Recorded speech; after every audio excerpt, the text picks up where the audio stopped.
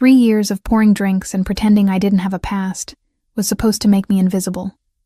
That was the deal with witness protection. The promise Agent Harris made when I was 19 and terrified, testifying against Victor Volkov while his eyes burned holes through my skull from across that Chicago courtroom. Disappear into somewhere warm and forgettable, he'd said. Build a boring life. Stay unremarkable. Miami seemed like the right kind of wrong place to hide. Tourist city, transient population, nobody asking questions about a bartender working night shifts at a place called the Velvet Lounge. The name was aspirational at best. Velvet implied luxury we absolutely did not possess. The upholstery was vinyl, the lighting was dim to hide water stains, and the clientele ranged from lonely businessmen to college students ordering craft cocktails they couldn't properly appreciate. But it was mine in the way a routine becomes yours. I knew which regulars tipped well, which ones got handsy after the third bourbon, how to defuse arguments before they escalated. I'd memorized exit routes, kept my phone charged, maintained exactly 3 emergency contacts that would ring through to Agent Harris or his backup. Except 3 weeks ago, those numbers stopped working properly. Agent Harris called me on a Tuesday afternoon. Unusual because he typically only reached out monthly. Turner, I'm being transferred. Different division, different cases. Someone new will make contact within 48 hours. Wait, what do you mean transferred? You've been my handler for 8 years. Protocol change, budget restructuring. You'll be fine. New contact will have the verification phrase. The line disconnected before I could ask more. Friday came and went. No new contact. I tried the emergency number Saturday morning and got disconnected tones, voicemail boxes that were full. By Sunday, I'd convinced myself it was typical federal inefficiency. Some paperwork delay. Harris had always complained about bureaucracy. Still, instinct hummed beneath my calm exterior. The same instinct that kept me alive at 19, when I'd seen Victor Volkov put a bullet through a man's skull in an alley behind a restaurant where I'd been taking out trash during my shift. I should have run then. Should have dropped the bag and sprinted back inside. Instead, I froze, and our eyes met across 15 feet of blood-spattered concrete. He'd smiled. Actually smiled, like we were sharing a private joke instead of a murder. 3 weeks without proper handler contact wasn't panic-worthy yet. 3 weeks plus the small wrongnesses accumulating around me. That was different. The black sedan that appeared on my street 2 nights in a row, parked in the same spot with no one getting in or out. The man in the grocery store who seemed to be shopping without buying anything, who I noticed in 3 different aisles before he left empty-handed. The sensation of being watched during my walk home Thursday night, strong enough that I'd circled 2 extra blocks and used the side entrance. I'd survived 8 years by trusting irrational fear. Friday night at the Velvet Lounge, Marco gathered the staff before opening. 6 of us crowded into the storage room that doubled as a break room. "I'm selling the place," he announced. "Family back in Athens needs me. Buyers taking over immediately. You'll all keep your jobs if you want them." Change meant visibility. New ownership meant new eyes, new questions, new opportunities for someone to notice the bartender who never talked about her past. "Who bought it?" I asked. "Investment group out of New York. Representatives coming tonight to introduce himself. Be professional, forgettable, exactly competent enough to keep the job, but not interesting enough to remember." That evening, Miami staged a dramatic performance. Thunder rolled in around 8, proper thunder that made the building shudder, followed by rain that turned streets into rivers. Half our usual Friday crowd never showed. By 9:30, we had maybe 15 people scattered across tables and bar stools. I was wiping down the bar when the door opened and he walked in. Tall, over 6 feet easily, dark hair swept back from his face. Charcoal suit that actually fit properly, tailored to shoulders that suggested he spent time doing something physical. He scanned the room with precise attention, cataloging exits and occupants before his eyes landed on me. The assessment lasted 3 seconds, long enough that I felt pinned beneath the weight of his focus. Then he moved toward the bar with purposeful strides. "Whiskey," he said when he reached me, voice low, accent present but controlled. "Neat. Whatever you'd recommend." I reached for the Jameson decent middle shelf, poured 2 fingers into a rocks glass and set it in front of him. $8. He placed $100 on the bar without looking at it. "Keep it." That's excessive for one drink. Consider it a tip for working during a storm. He lifted the glass, took a sip, nodded. You've been here a while. Warning bells, quiet but insistent. 3 years. You're the new owner? Representative of Gabriel Fioraldi. I handle acquisitions and operations. He extended his hand. I hesitated before shaking it, his grip firm and warm, lasting slightly longer than professionally necessary. Jessica, I offered, using the surname I'd carried for 8 years without bothering to add it. Jessica, he repeated, like testing the weight of the name. Marco says you're reliable, never miss shifts. I try to be. Do you enjoy it? Bartending? The question caught me sideways. People didn't usually ask if I enjoyed my job. It pays bills. I'm good at it. Sufficient. Interesting word choice. He finished the whiskey. I'll be observing operations for the next week. Don't mind me. He moved to a corner booth after that, laptop open but barely looking at it. I felt his gaze return to me periodically throughout the night. By midnight when we closed, I'd convinced myself I was being paranoid again. Except he came back Saturday. Same booth, same whiskey, same penetrating attention. And Sunday, Monday, Tuesday. By Wednesday, I'd started documenting details. Expensive watch, different one each night. No wedding ring. Small scar near his left ear. The way he held himself suggested training. He was unfailingly polite, tipped absurdly well, never made inappropriate comments. And he watched me like he was solving an equation only he could see. Thursday night, the storm returned with friends. We had maybe 10 customers by 8, 5 by 9. Marco had gone home early, trusting me to close alone. Gabriel arrived at 9:30, exactly on schedule, water running off his coat. He ordered his usual drink.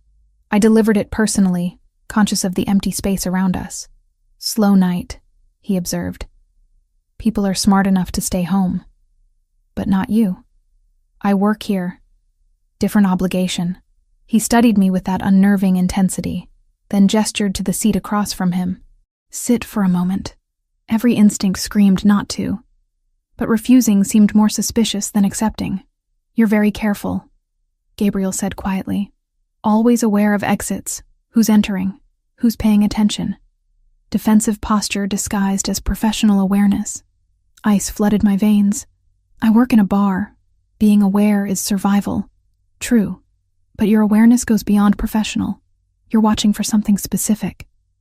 He leaned forward slightly. Or someone. I don't know what you mean. I think you do. I think you've been hiding a very long time, Jessica. I think you're tired of running but don't know how to stop. I stood abruptly. I need to finish closing. Of course. He didn't try to stop me. The last customers left around 10:15. I locked the door, set the alarm, grabbed my bag, and headed for the back exit. The rain had lessened to persistent drizzle. Gabriel was waiting under the overhang, umbrella in hand. My entire body went rigid. He saw it, raised his free hand in a calming gesture.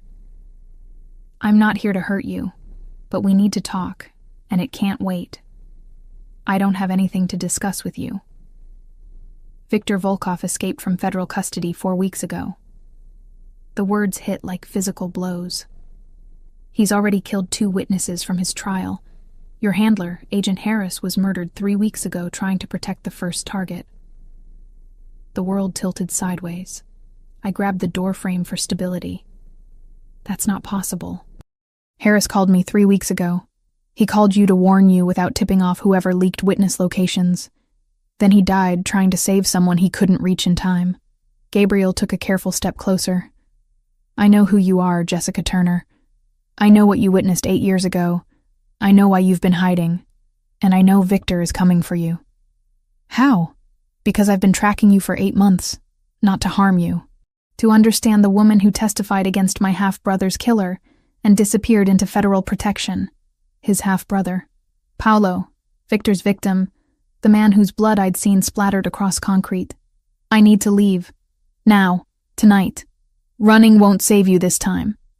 Victor has resources, contacts, patience. He'll find you wherever you hide. Gabriel moved closer.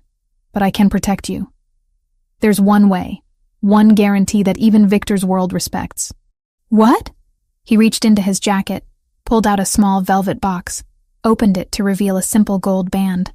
Marry me, Gabriel said. And everything I thought I understood about survival shattered into pieces I didn't know how to reassemble. The night Gabriel Fioraldi became the Velvet Lounge's new owner marked the beginning of something I couldn't name yet, but felt deep in my bones. The official changeover happened on a Saturday, 3 days after Marco's announcement, and the atmosphere in the bar shifted like the barometric pressure before a hurricane. I arrived for my shift at 7 to find the place already buzzing with a different energy.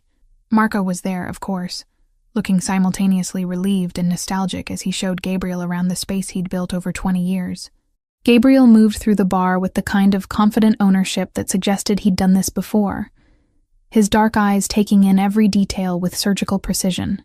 He was taller than I'd initially registered when he'd visited that rainy Thursday, easily 6'2" or 6'3", with broad shoulders that filled out his tailored navy suit in a way that suggested he hadn't always worn expensive clothes. There was something underneath the polish, something rougher and more dangerous that the designer fabric couldn't quite conceal. Jessica. Marco called me over, his Greek accent thicker than usual. Come meet Mr. Fioraldi officially. I approached cautiously, aware that every interaction with new management was a potential minefield. Gabriel extended his hand, and I shook it with what I hoped was professional detachment. His grip was firm, warm, and lasted exactly 1 second longer than necessary, long enough for me to notice the calluses on his palm that expensive suits shouldn't have. We've met briefly, Gabriel said, his voice carrying that same controlled accent I'd noticed before. Italian, definitely, but smoothed by years of careful American influence. You're the one Marco says never misses a shift, never complains, handles the difficult customers with grace. I just do my job, I replied evenly. That's what makes you exceptional. Most people in this city are either hustling to get somewhere else or drowning where they landed. You seem content exactly where you are. The observation was too accurate to be comfortable. The Velvet Lounge has been good to me. Then I hope to keep it that way. His dark eyes held mine for a beat too long before he turned back to Marco. Shall we finish the walkthrough? The rest of the evening passed in a blur of familiar routine, punctuated by Gabriel's presence. He didn't sit at the bar where owners typically position themselves to observe operations. Instead, he chose a corner booth with clear sightlines to both entrances, the register, and most importantly, to me. I felt his attention like a physical weight throughout my shift, cataloging my movements, my interactions, the practiced efficiency with which I mixed drinks and deflected unwanted advances. Around 11, during a lull between the dinner crowd and the late-night regulars, I found myself wiping down glasses behind the bar when I looked up to find Gabriel standing directly in front of me. I hadn't heard him approach, which sent a spike of adrenaline through my system. You move differently when you think no one's watching, he observed quietly. My hands stilled on the glass. Excuse me? More efficiently, less performance. You're good at your job, but you're better when you're not consciously playing the role of bartender. He tilted his head slightly, studying me like I was a painting in a museum. What are you really good at, Jessica? Pouring drinks, managing difficult people, remembering orders, surviving, he countered. That's what you're really good at. I recognize it because I see it in the mirror every morning. Before I could formulate a response that wasn't either a confession or an outright lie, a group of college kids stumbled in, loud and already drunk from wherever they'd been before. Gabriel stepped back smoothly, returning to his booth and his laptop that I suspected was more prop than actual work.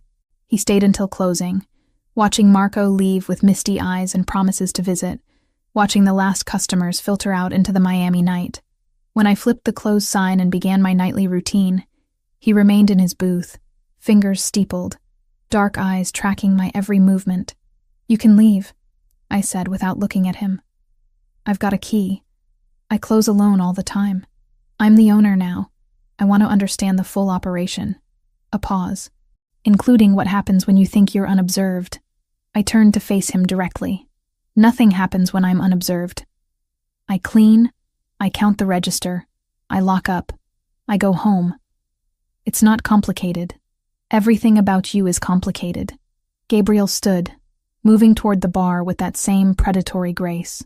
You're 27 years old, working a job that requires no background checks, living in a city where nobody asks questions. You have no social media presence, no digital footprint beyond basic utility bills. You pay cash for everything when you can. You've never called in sick in 3 years. Ice flooded my veins. You've been investigating me? Due diligence. I buy businesses. I learn about the people who make them run. He leaned against the bar, close enough that I could smell his cologne, something expensive with notes of cedar and bergamot. But your absence of information is more revealing than most people's entire life stories. Maybe I just value privacy. Maybe. Or maybe you're hiding from something. Someone. His voice dropped lower. Question is whether I should be concerned about that someone walking through my door looking for you. I forced myself to hold his gaze, to not let the panic show. I'm not in any trouble. I just prefer to keep my personal life separate from work. Commendable. But here's the thing about people who've spent years hiding. They develop patterns. Little tells. Gabriel reached across the bar, not touching me, but close. You count exits reflexively. You position yourself to see entrances. You never sit with your back exposed. You assess every person who walks in within 3 seconds of their arrival. That's not privacy, Jessica. That's training. I've been working bars since I was 21. You learn to read people or you get hurt. True.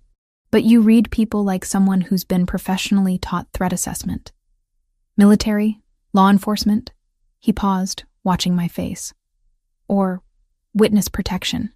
The words hung between us like a blade. I couldn't breathe. Couldn't think of a response that wouldn't confirm or deny in ways that would make everything worse. Gabriel's expression softened fractionally. I'm not your enemy, but I am curious about the woman who's become the heart of my newest acquisition. A woman who's clearly running from something but chose Miami, chose visibility in a public-facing job, chose to stay in one place for 3 years despite whatever she's afraid of. That takes either stupidity or incredible courage. Maybe I'm just stubborn. That too. He straightened, pulling back to a more professional distance. I'll be here most nights for the next couple weeks. Learning the rhythms, meeting regular customers, understanding what makes the Velvet Lounge work. That means you and I will be spending considerable time in proximity. I can handle it. I'm certain you can. You strike me as someone who can handle just about anything. Gabriel moved toward the door, retrieving his coat from the rack. But Jessica, if whatever you're running from shows up here, I need to know. Not because I'm concerned about my investment, though I am, because I prefer to know what threats might walk through my door. There's no threat. Then you have nothing to worry about. He paused at the door, looking back. Although I wonder why you're gripping that bottle like a weapon, if you're really as safe as you claim. I looked down to find my hand wrapped around a whiskey bottle, knuckles white. I set it down carefully, forcing my fingers to unclench. Lock up carefully, Gabriel said. Miami's not as safe as people pretend. Then he was gone, leaving me alone in the dim bar with my racing heart and the certain knowledge that Gabriel Fioraldi knew exactly what I was, even if he didn't know the specifics yet. Over the next 4 nights, Gabriel established a pattern. He arrived at 9:30 each evening, ordered a single whiskey neat, nursed it for hours while working on his laptop or making quiet phone calls in Italian. He tipped exactly 200%. He never got drunk. And he watched me with unwavering attention that made my skin prickle with awareness. On the second night, he struck up conversations with regulars, learning names and stories with the kind of genuine interest that made people trust him. By the third night, the old-timers were seeking him out, sharing gossip and neighborhood politics like he'd been there for years instead of days. On the fourth night, I made a mistake. It was subtle, the kind of thing most people wouldn't notice. A man came in around 10, mid-40s, nondescript features, ordering beer and watching the basketball game on the television above the bar. But something about his positioning was wrong. He sat facing the mirror behind the bottles, which gave him a view of the entire room, including me, and he never actually watched the game. His eyes kept returning to my reflection.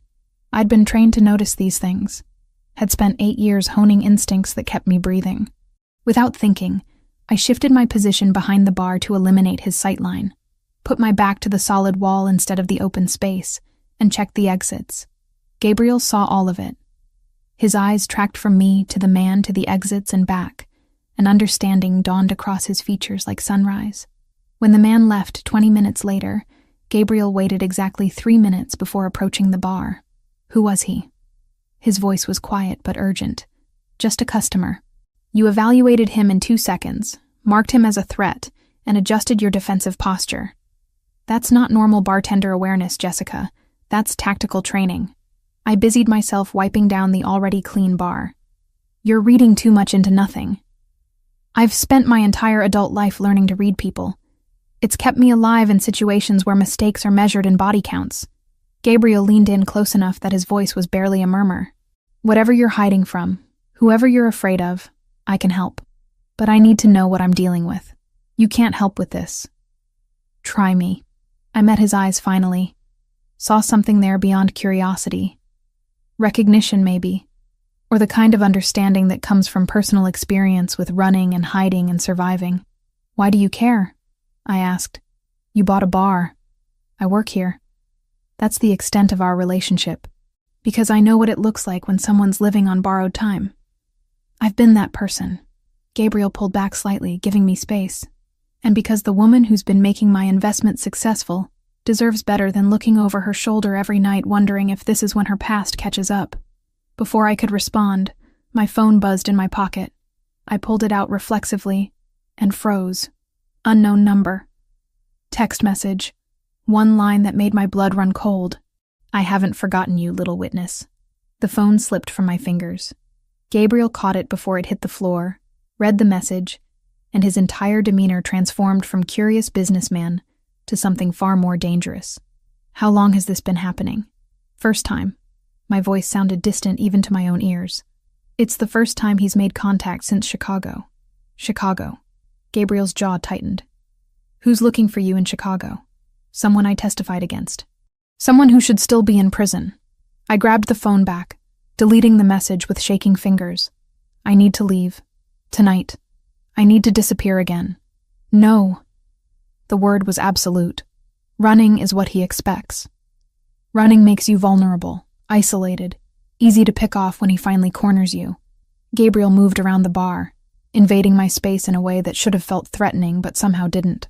I have resources, protection, ways to keep you safe that federal bureaucracy can't match. You don't understand what you're offering. Then explain it to me. All of it. Starting with why someone in Chicago wants you dead, and ending with why you thought tending bar in Miami was a sustainable strategy. The last customers filtered out. I locked the door, flipped the sign, and for the first time in 8 years, considered telling someone the complete truth about that night in the alley, about Viktor Volkov, about the 26 months I'd spent looking over my shoulder waiting for retribution that I'd convinced myself might never come. Gabriel pulled out a chair at the nearest table, gestured for me to sit, and waited with a patience that felt infinite. His name is Viktor Volkov, I began. And I'm the reason he went to prison for murder. Gabriel drove us to a 24-hour diner on the edge of downtown, the kind of place where the fluorescent lights buzzed too loud, and the coffee tasted like it had been sitting since the previous shift. At 2 a.m, we were the only customers besides a trucker hunched over pancakes, and a woman reading a paperback novel with such intensity, I wondered if she was actually absorbing any words. We slid into a corner booth. Red vinyl cracked in places where duct tape held the stuffing inside.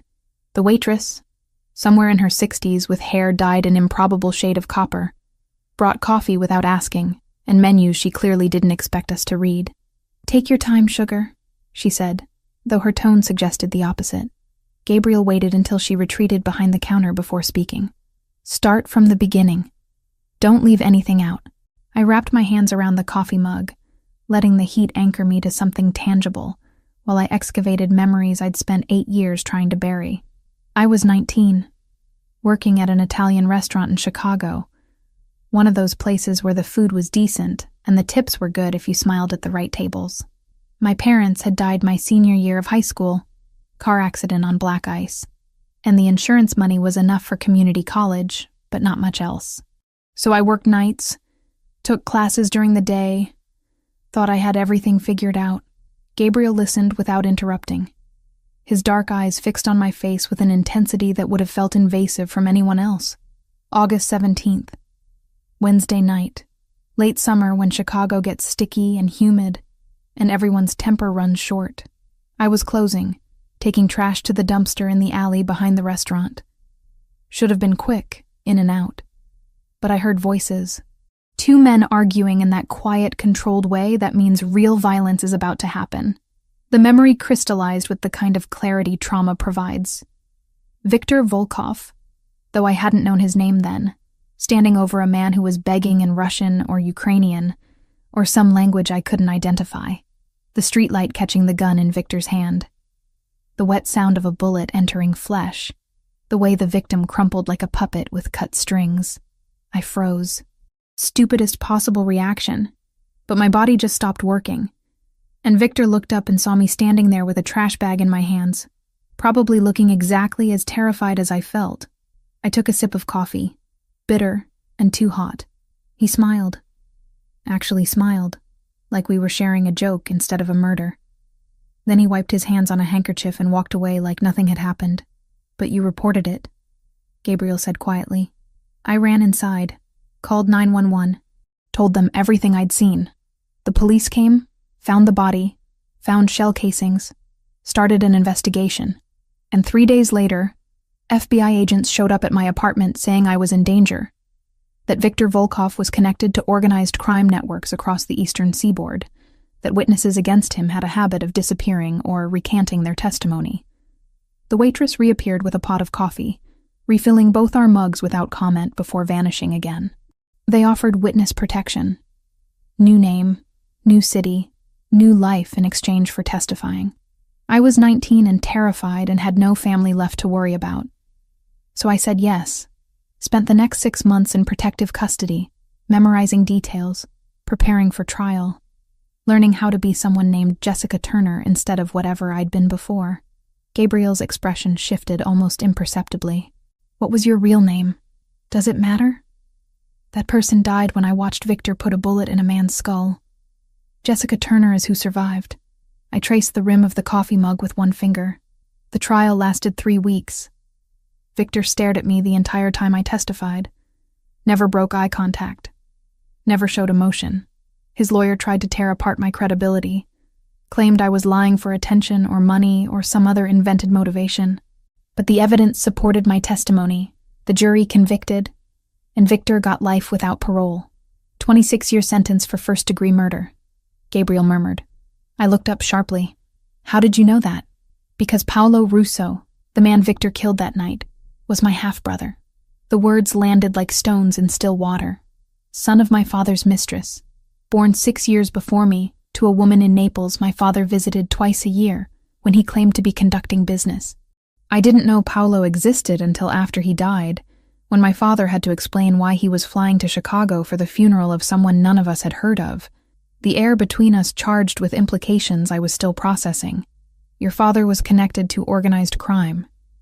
Is connected. Antonio Fioraldi doesn't retire from family business. He just delegates more as he gets older. Gabriel's jaw tightened fractionally. Paolo was trying to build his own operation in Chicago, thought he could expand family influence without approval. Stupid and arrogant, but he was 28 and believed himself invincible. Viktor was sent to deliver a message about territorial respect. The message was a bullet. So you've been tracking me for 8 months because I testified against your brother's killer? Half-brother.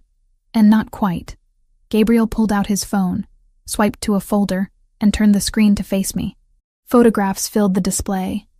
Grainy surveillance photos of a man who looked like Viktor, but with shaggier hair and a beard that obscured half his face.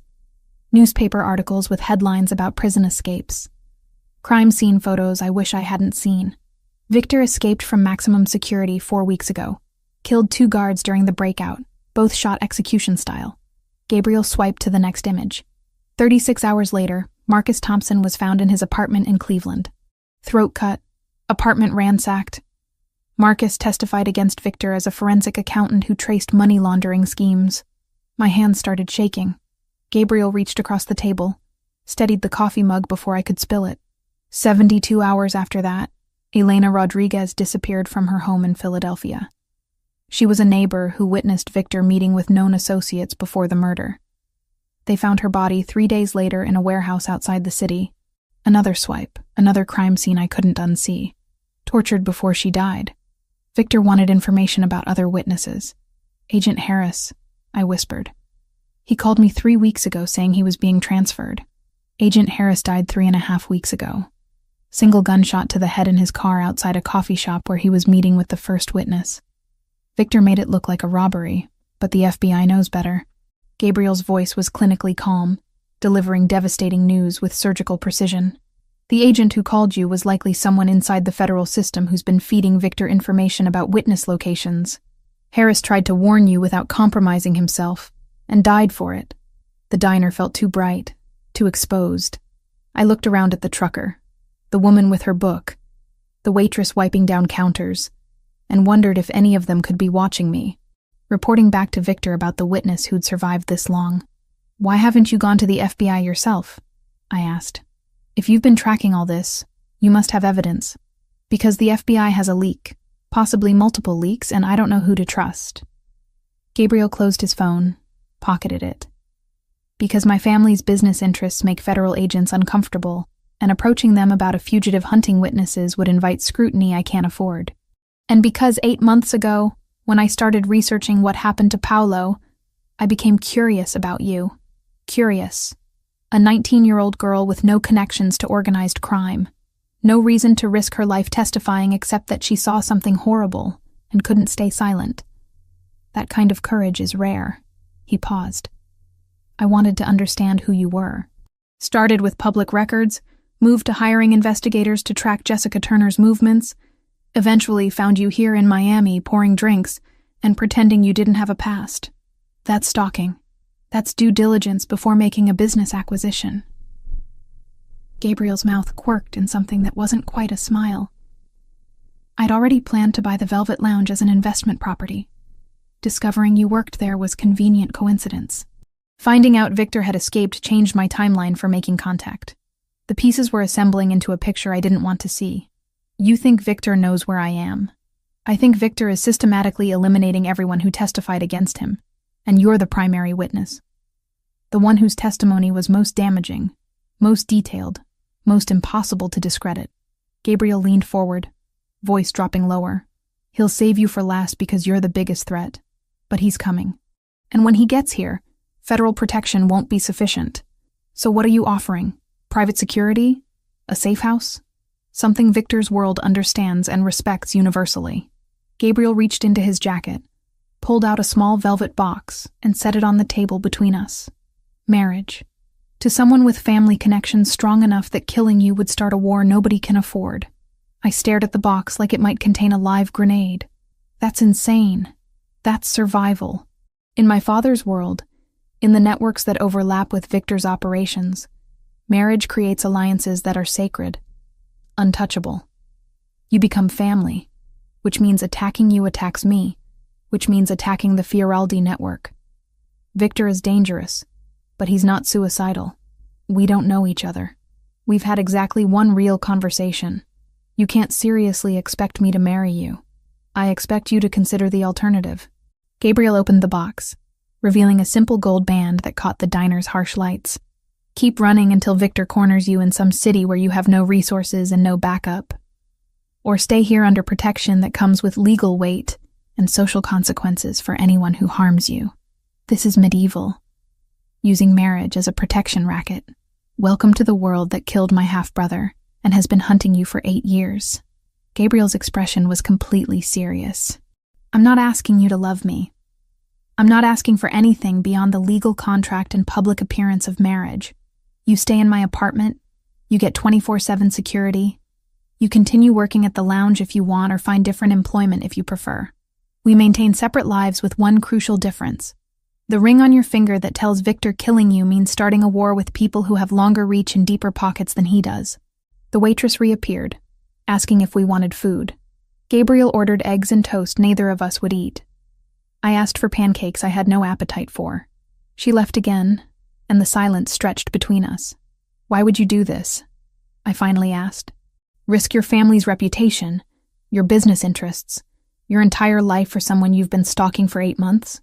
Because Paulo was my brother, and the woman who made sure his killer went to prison deserves to live long enough to build an actual life. Gabriel closed the box, pushed it across the table toward me, and because I've spent my entire adult life watching people get consumed by the world my father built. If I can keep one person from becoming another casualty, maybe that matters. I picked up the box, felt the weight of it in my palm. Inside was a future I'd never imagined, with a man I barely knew, protected by the very world I'd been running from. I need to think about it. You have until tomorrow noon. After that, I'm moving you to a secure location with or without your cooperation, because Victor sent that text message for a reason. He wants you scared and running, which means he's close enough to track your movements. Gabriel pulled out his wallet, left cash on the table for food we wouldn't finish. I'll drive you home. You'll pack essentials. Tomorrow morning you'll either call me accepting my offer, or I'll have security pick you up anyway. That's not really giving me a choice. No, he agreed. It's not. Because I've seen the crime scene photos of what Victor does to witnesses he catches, and I'm not interested in seeing you become the next set of images in an FBI file. We left the diner as the sun started bleeding orange across Miami's skyline. Gabriel drove me back to my apartment building, a converted warehouse with questionable plumbing and neighbors who mostly minded their own business. He walked me to my door despite my protests, checked inside with professional efficiency that suggested he'd done this before. Lock everything. Don't answer the door for anyone. I'll have someone watching the building until morning. He handed me a business card with a phone number written on the back. My personal line. If anything happens, anything at all, you call immediately. Okay. He turned to leave, then paused in the doorway. Jessica, I know this is insane. I know I'm asking you to trust a stranger with your life, but I've never let anyone under my protection get hurt, and I don't plan to start now. Then he was gone, and I was alone in my apartment with a velvet box containing a marriage proposal from a Mafia boss who'd been tracking me for months because I'd witnessed his half-brother's murder. I set the box on my kitchen counter and stared at it until sunrise painted my walls gold and pink, wondering if survival was worth the price Gabriel was asking me to pay. I didn't sleep. Couldn't. Instead, I sat on my couch with every light in the apartment blazing, the velvet box open on the coffee table, and my laptop searching for information about Viktor Volkov that the FBI had probably classified or scrubbed from public access. What I found was worse than I'd imagined. Viktor wasn't just connected to organized crime. He was a specialist, a cleaner, the person criminal networks hired when they needed someone eliminated quietly and thoroughly. Born in Vladivostok, trained in military intelligence before the Soviet Union collapsed, then freelanced his particular skills to whoever could afford his rates. The murder I'd witnessed in Chicago was supposed to be a professional execution, clean and untraceable. My presence had turned it into evidence. By 4 a.m, I'd read everything available about the 2 witnesses Victor had already killed. Marcus Thompson, 43, married with 2 kids, worked as a forensic accountant, and had traced money laundering schemes back to Victor's employers. Elena Rodriguez, 38, single mother of 1, happened to live in the apartment next to where Victor had met with associates the week before Paolo's murder. Both had been in federal protection. Both had been found within days of Victor's escape. I pulled up the photo Gabriel had shown me at the diner, the crime scene image I wished I could unsee. Elena's body positioned deliberately. A message to anyone else thinking about testifying. Victor didn't just kill his targets. He made examples of them. At 6 a.m, as gray dawn light started filtering through my windows, I found it. An envelope that had been slipped under my door sometime during the night. Standard white paper with no markings. Inside was a single photograph, aged and creased like it had been carried in someone's pocket for years. It was me, 19 years old, coming out of the courthouse after testifying. Federal agents flanking me on both sides. Someone had drawn a red X over my face in marker, the kind of deliberate defacement that communicated clear intent. My hands shook holding the photograph. Victor had been here. Not just in Miami, not just in my neighborhood, but at my actual door, while I'd been sitting 3 feet away researching his methodology. He could have killed me then. Could have kicked in the flimsy door and finished what he'd started 8 years ago. But he hadn't. Because Victor didn't just want me dead, he wanted me terrified first. I grabbed my phone, dialed the number Gabriel had written on his business card. He answered on the second ring, voice alert despite the early hour. Jessica. He was here. At my apartment. Last night while you and I were talking, he left something under my door. The words tumbled out too fast. A photograph from Chicago with my face marked out. He knows exactly where I live, Gabriel. He's been watching me. Get out, now. Don't pack, don't hesitate. Just leave the apartment immediately and walk to the corner of 5th and Washington. I'll have someone there in 3 minutes. I need my things. I can't just leave everything. Your things are replaceable. You're not. His voice carried absolute authority. 3 minutes, Jessica. Move. I grabbed my purse, my phone, the photograph because evidence mattered, and ran. Took the stairs instead of the elevator, burst out the side exit into humid Miami dawn, and sprinted the 2 blocks to 5th and Washington without looking back. A black SUV with tinted windows pulled up exactly as I reached the corner. The passenger door opened from inside. Get in, a voice said. Male, gravelly, carrying the weight of someone accustomed to being obeyed. I hesitated for half a second before climbing into the vehicle. The man in the driver's seat was maybe 50, built like a boxer who'd stayed in shape, with a scar bisecting his left eyebrow, and eyes that catalogued me efficiently. Vincent, he said by way of introduction. Mr. Fioraldi's head of security. We're taking you somewhere safe until he can meet us. Where? Hotel in Coral Gables.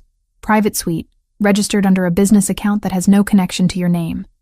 You'll stay there until Mr. Fioraldi makes arrangements. Vincent pulled into traffic with the practiced ease of someone who knew Miami's patterns intimately. Did anyone follow you from your apartment? I don't think so.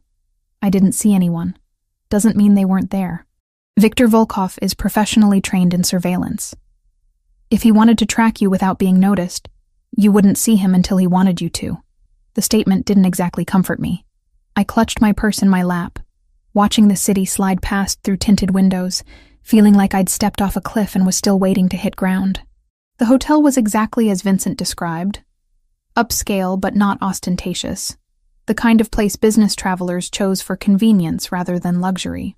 He walked me through a side entrance that bypassed the main desk, up a service elevator to the 8th floor, and into a suite that probably cost more per night than I made in a week. Lock everything. Don't order room service. Don't answer the door unless you verify through the peephole that it's me or Mr. Fioraldi. There's food in the kitchenette, toiletries in the bathroom, clothes in the closet that should approximately fit. Vincent handed me a key card and a phone, newer model than the one I carried. This phone is clean, encrypted, untraceable. Mr. Fioraldi's number is programmed in. Use it instead of your personal device. How long do I need to stay here? Until Mr. Fioraldi determines the next step.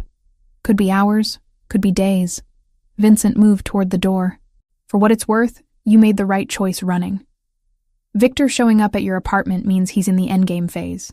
Whatever you decide about Mr. Fioraldi's offer, you can't go back to your old life. That option ended the moment Victor left that photograph. Then he was gone, and I was alone in a hotel suite that smelled like lemon furniture polish and recycled air, wearing yesterday's clothes and clutching a photograph of my 19-year-old self marked for death. I showered in water hot enough to scald, scrubbing away the feeling of being watched that clung to my skin. The clothes Vincent mentioned were folded neatly in the closet, still had tags attached. Simple pieces in muted colors. Nothing flashy or memorable. Practical choices made by someone who understood the need to blend in.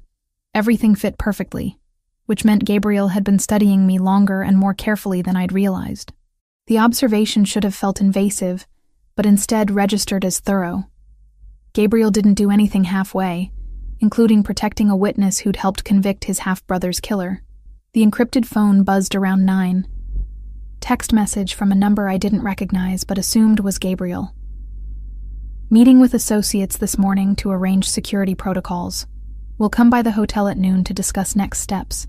Don't leave the suite for any reason. I typed back a simple acknowledgement, then spent the next 3 hours researching everything I could find about Gabriel Fioraldi, using the hotel's Wi-Fi and my old phone that I'd turned off immediately after Vincent's warning. Gabriel was 34, born in Naples and moved to the United States when he was 12 after his father established operations in Miami.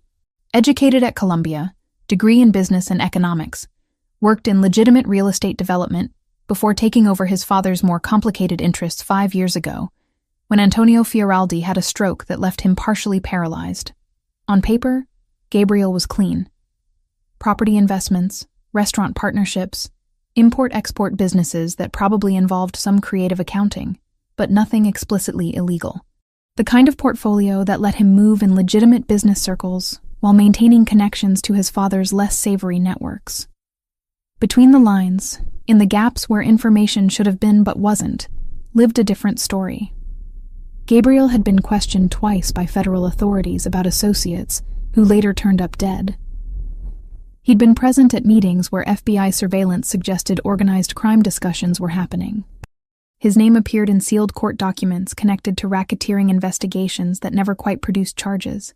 He was everything I'd been taught to avoid, running from, terrified of, and he was offering to marry me to keep me alive. The knock at noon was precise. 3 measured raps that announced themselves without urgency. I checked the peephole, saw Gabriel standing in the hallway wearing a charcoal suit and an expression of controlled concern, and unlocked the door. He entered with the same efficiency Vincent had shown, checking the suite's layout and sightlines before turning his full attention to me. "Show me the photograph." I handed it over. He studied it for a long moment, jaw tightening fractionally as he processed the implications. "This is from the day you testified. I remember seeing news coverage, the federal agents escorting you out through the side entrance to avoid reporters." Gabriel set the photograph on the coffee table like evidence in a case he was building. "Victor kept this for 8 years, carried it as a reminder of unfinished business. He wants me scared. He wants you isolated and vulnerable. Fear is just the tool he's using to achieve that." Gabriel sat down on the couch, gestured for me to take the chair across from him. "I've spent the morning making arrangements. Private security team around the clock, safe transportation, secure locations. But all of that requires your cooperation, which means I need your answer. About marriage. About survival. Marriage is just the mechanism." He pulled out the velvet box again, the ring inside catching light from the suite's windows. "I'm not asking you to love me. I'm not asking you to pretend this is anything other than a strategic alliance. But I am asking you to trust that I can keep you alive when federal protection has already failed twice." I stared at the ring, at the simple gold band that represented a future I'd never imagined. What happens after?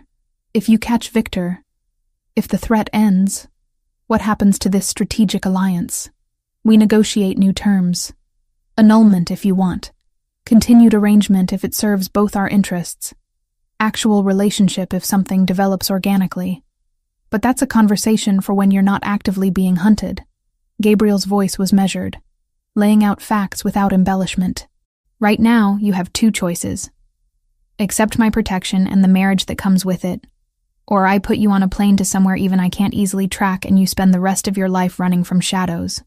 "Those aren't really choices." "No," he agreed. "They're not.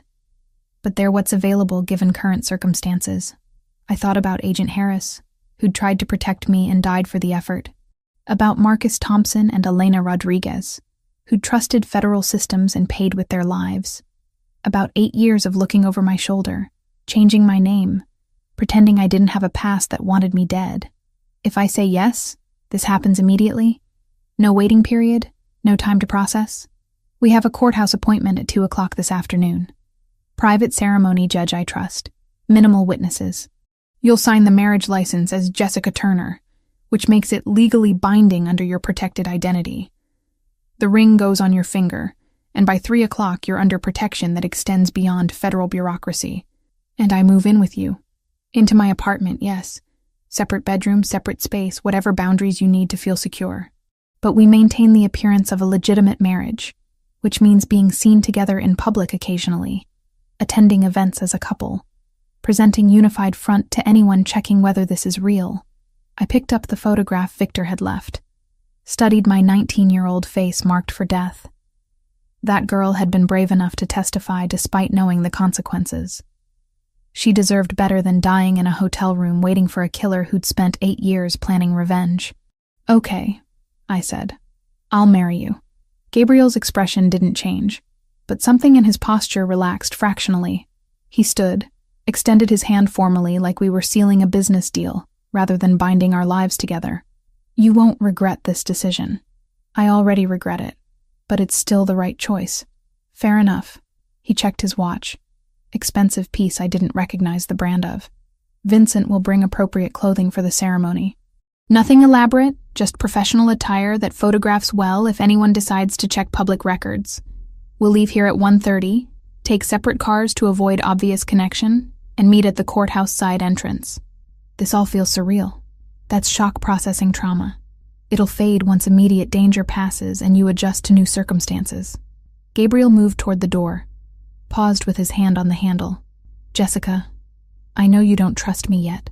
I know this entire situation violates every instinct you've developed about staying invisible and avoiding connections. But I'm good at protecting what's mine, and as of 2 o'clock this afternoon, you'll be legally mine to protect." The possessive phrasing should have triggered alarm bells. Instead, it registered as comforting in a way I didn't want to examine too closely. Vincent arrived at 1 with clothing as promised. Navy dress in a professional cut that hit just below the knee, low heels I could actually walk in, minimal jewelry that looked expensive without being flashy. Everything fit perfectly because of course it did. Gabriel's attention to detail extended to knowing my exact measurements without ever asking. The drive to the courthouse was silent, Vincent navigating downtown traffic with professional efficiency. Gabriel was already waiting when we arrived, standing in the shadow of a side entrance with a man I assumed was his lawyer, based on the expensive suit and leather briefcase. "This is Marco," Gabriel said by way of introduction. "He'll serve as witness along with Vincent. The ceremony will take approximately 7 minutes. Then we'll handle paperwork and you'll leave with me. 7 minutes to change my entire life." Seemed both too fast and not fast enough. The judge was a woman in her 60s, who looked like she'd performed this particular ritual more times than she could count. She read through the legal requirements in a monotone that suggested deep boredom, asked if we understood the commitment we were making, and didn't seem particularly interested in our answers. "Do you, Gabrielle Luciano Fioraldi, take this woman to be your lawfully wedded wife?" "I do." No hesitation, no uncertainty. "And do you, Jessica Marie Turner, take this man to be your lawfully wedded husband?" I looked at Gabriel, at the man who'd been tracking me for months, because I'd testified against his brother's killer, who was offering protection wrapped in marriage, who represented everything I'd been running from, and the only chance I had at survival. "I do." The judge pronounced us married with the same disinterested efficiency she'd used throughout the ceremony. Gabriel slid the ring onto my finger, the gold band warm against my skin like it had been waiting for this moment. He leaned in for the traditional kiss, brief and chaste, and utterly devoid of romance. "Congratulations," the judge said, already reaching for the next file on her desk. "Next." And just like that, I was married to a man I barely knew, wearing a ring that marked me as protected property in a world I'd spent 8 years trying to escape, betting my survival on a strategic alliance that couldn't possibly end well. Gabriel's apartment occupied the entire 23rd floor of a high-rise overlooking Biscayne Bay. Floor-to-ceiling windows offered panoramic views of water that shifted from turquoise to deep blue depending on the light. The furniture was expensive but comfortable, the kind of understated luxury that came from having money so long you stopped trying to prove it. "Your room is down this hall," Gabriel said, leading me past his office and what appeared to be a home gym. "Private bathroom, walk-in closet, everything you should need. Vincent had your belongings moved from your apartment this morning. I took the liberty of having him collect everything rather than making you go back." The bedroom was larger than my entire previous apartment. King-sized bed with gray linens, seating area by the window, original artwork on the walls. And in the corner, incongruous but somehow perfect, my grandmother's quilt folded across a chair, my small collection of books arranged on a shelf, my few personal items carefully placed like they'd always belonged here. I asked Vincent to include anything that seemed personally significant, Gabriel said from the doorway. "If he missed something, let me know and I'll have it retrieved. This is fine."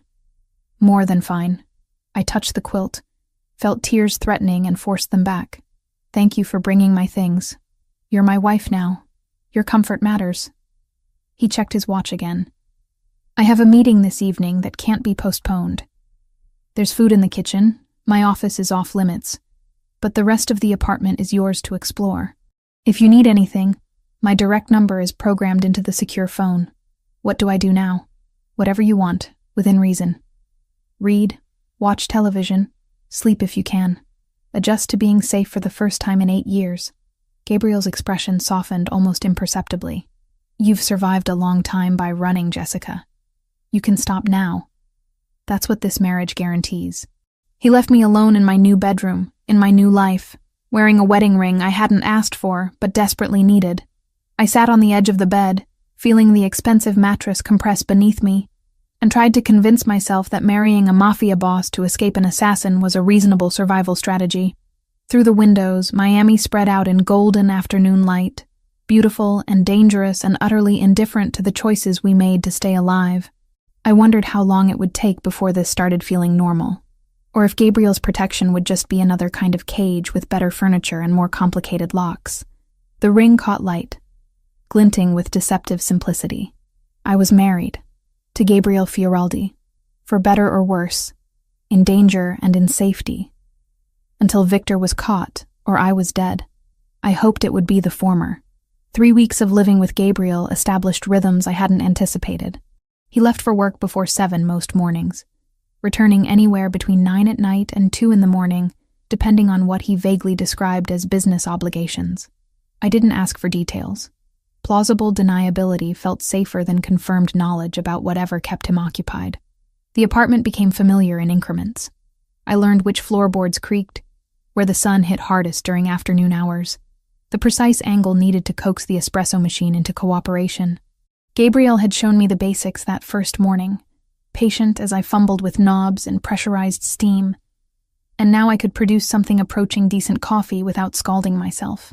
He'd arranged freelance design work through contacts he claimed were legitimate, though I suspected at least some operated in gray areas where business and family interest blurred. The projects were simple enough: logo designs for restaurants, branding packages for import companies, website layouts for businesses that might or might not be fronts for money laundering. I didn't examine too closely. The work paid well, kept my skills sharp, and filled hours that would otherwise stretch empty and anxious. Mornings developed a pattern. I'd wake around 6:30 to find Gabriel already dressed, usually in the kitchen with his tablet and first cup of espresso, dark hair still damp from his shower. He'd nod acknowledgement without speaking, comfortable with silence in a way that took me days to adjust to. Most people felt compelled to fill quiet spaces with conversation. Gabriel seemed to prefer the absence of unnecessary words. By the second week, I'd started making coffee for both of us. Small gesture, barely worth mentioning, but Gabriel noticed. I'd catch him studying me when he thought I wasn't looking, expression calculating like he was solving an equation that kept producing unexpected variables. "You take yours with cream," he observed one morning. "2 sugars. But you didn't the first few days." I was being polite. Didn't want to seem demanding. "This is your home now. Be demanding." He returned to his tablet, scrolling through what looked like financial reports. "I prefer people who state their actual preferences rather than performing politeness." I filed that information away with the other details I was accumulating about Gabriel Fioraldi. He valued directness, disliked pretense, kept his actual thoughts locked behind careful control that slipped occasionally when he thought himself unobserved, like when he spoke to his mother on Sunday mornings, his voice softening into Italian that flowed too quickly for me to follow, even with the limited phrases I'd been teaching myself through language apps. The security protocols were extensive but subtle. Vincent or another member of Gabriel's team accompanied me anywhere outside the building, which meant I rarely left. Grocery deliveries were screened in the lobby. The windows were bulletproof, something Gabriel mentioned casually while showing me how to operate the automated shades. Cameras covered every angle of the hallway outside our door, feeds monitored by people I never met, but whose presence I felt constantly. Am I actually safe, or just in a prettier cage? I asked one evening after Gabriel returned from a particularly late meeting. He'd loosened his tie, shed his jacket, looked tired in a way that made him seem more human and less like the controlled businessman he presented to the world. "You're safe," The cage description isn't entirely inaccurate, but it's temporary. Once Victor is neutralized, security can relax. How long will that take? However long it takes. Weeks, months, possibly longer. Victor is professionally cautious. He won't move against you until he's certain of success, which means we wait him out while building defenses he can't penetrate. Gabriel poured himself whiskey from the bar cart, didn't offer me any. Is the confinement becoming intolerable? It's better than being dead. Low bar for measuring satisfaction, but accurate. He took a sip, studying me over the rim of his glass. You're handling this better than most would. 3 weeks of sudden marriage to a stranger, complete life upheaval, constant security presence. Yet you've adapted with minimal complaint. Complaining wouldn't change circumstances. Seems like wasted energy. Practical. I appreciate that. Gabriel set down his glass, moved to the windows overlooking the bay. Moonlight painted the water silver and black, boats moving like distant stars across the darkness.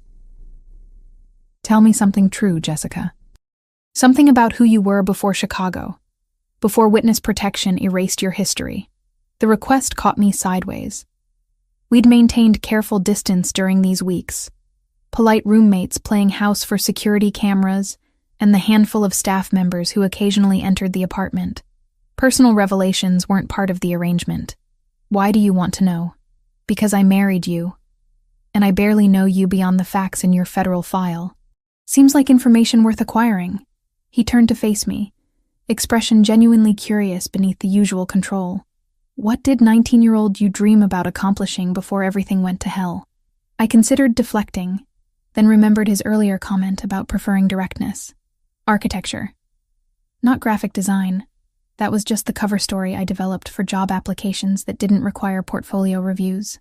I wanted to design spaces that changed how people experienced the world. Buildings with light and purpose and consideration for human psychology. Why didn't you pursue it after the trial?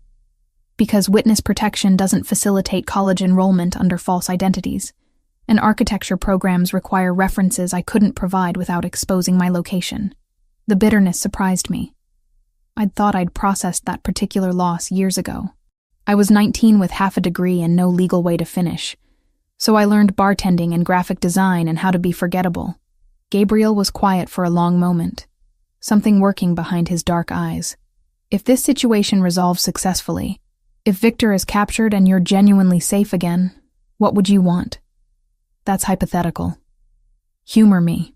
I traced the rim of my water glass, considering possibilities I'd stopped letting myself imagine. Go back to school maybe. Finish the degree I started. Design something real instead of logos for businesses that might be fronts for criminal enterprises. That's achievable. When Victor is no longer a threat, if you want to pursue architecture, I can arrange enrollment. Legitimate credentials, portfolio development, whatever you need. Gabriel's tone carried certainty that made the offer feel less like fantasy and more like actionable plan. You're my wife. Your goals matter. We both know this marriage is strategic convenience, not actual partnership. Does that preclude me from wanting you to have a life worth living?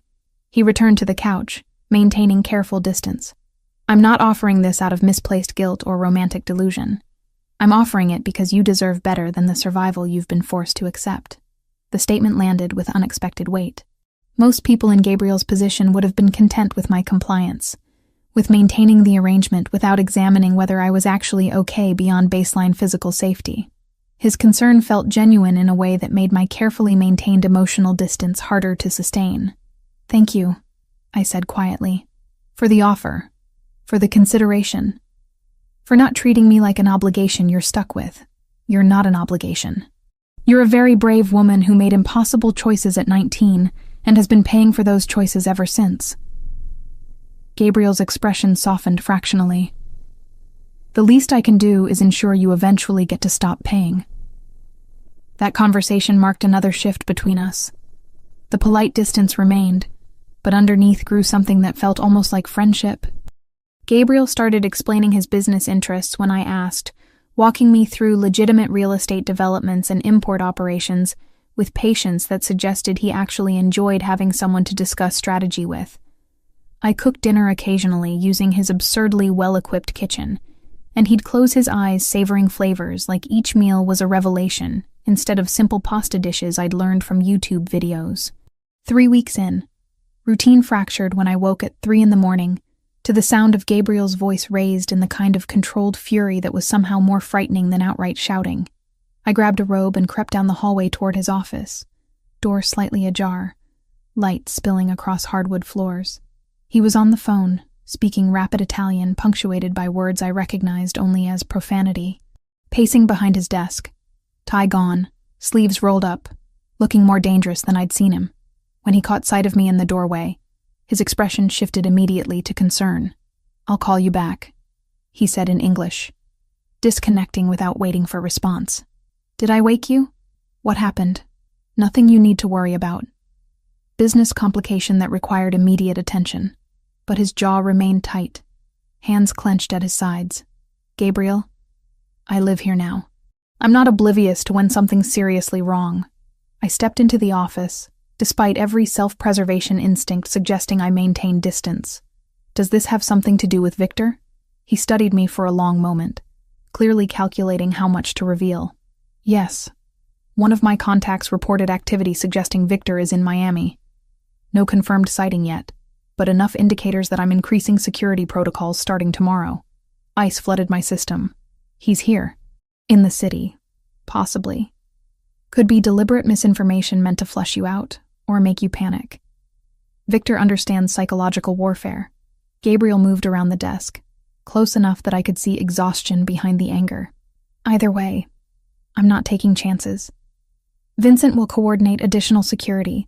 You'll have constant escort even within the building, and I'm suspending any outside activities until we verify the threat. So back to complete lockdown. Back to maximum caution.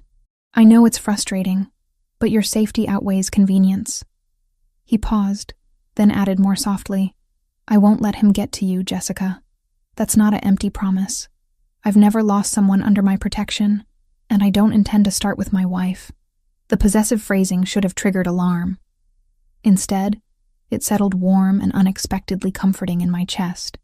Gabriel meant what he said. Whatever his motivations, whatever complicated family obligations drove his choices, he was genuinely committed to keeping me alive.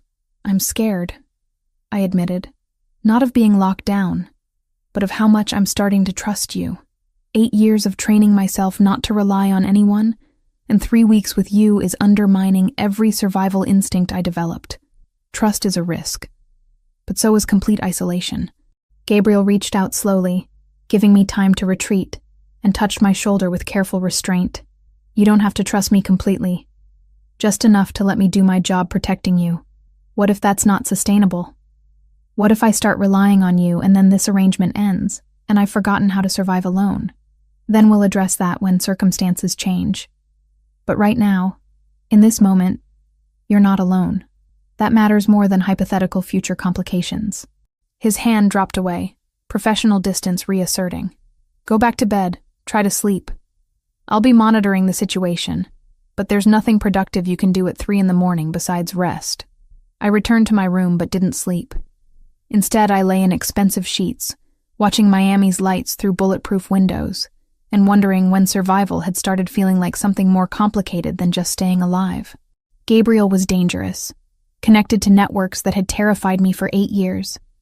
And somehow he'd become the thing standing between me and Victor's carefully planned revenge. The next morning, security presence increased visibly. 2 men I didn't recognize positioned themselves in the hallway outside our apartment. Vincent appeared more frequently, coordinating with Gabriel in low voices that stopped whenever I entered rooms. The atmosphere shifted from cautious routine to active alert, everyone moving with heightened awareness that communicated clear message. The threat was real, close, and escalating. Gabriel worked from home that day, unusual enough that I noticed. He set up in the living room rather than his office, laptop and phone constantly active, fielding calls in 3 different languages while simultaneously reviewing security footage on multiple screens. I worked at the dining table, pretending to focus on logo concepts while actually watching him orchestrate whatever strategy he was implementing.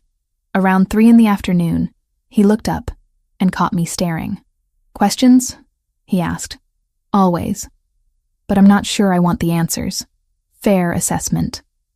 Gabriel closed his laptop, giving me full attention. I need to teach you something. Not because I think security will fail, but because preparation matters. Teach me what? How to recognize when you're being surveilled. How to identify secondary exits. Basic situational awareness that could save your life if circumstances deteriorate. He stood, moved to where I sat, pulled out the chair beside me. You had FBI training 8 years ago, but you're out of practice. We're fixing that. Over the next 2 hours, Gabriel walked me through threat assessment with the patience of someone who'd taught this before. How to spot patterns in seemingly random foot traffic. How to use reflective surfaces to monitor people without obvious surveillance. How to calculate escape routes based on building layouts and crowd psychology.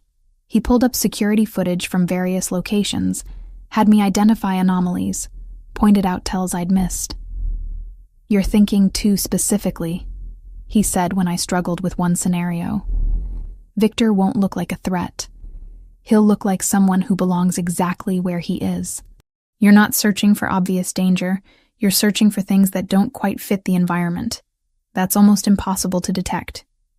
It's very difficult to detect, which is why we practice until it becomes instinctive.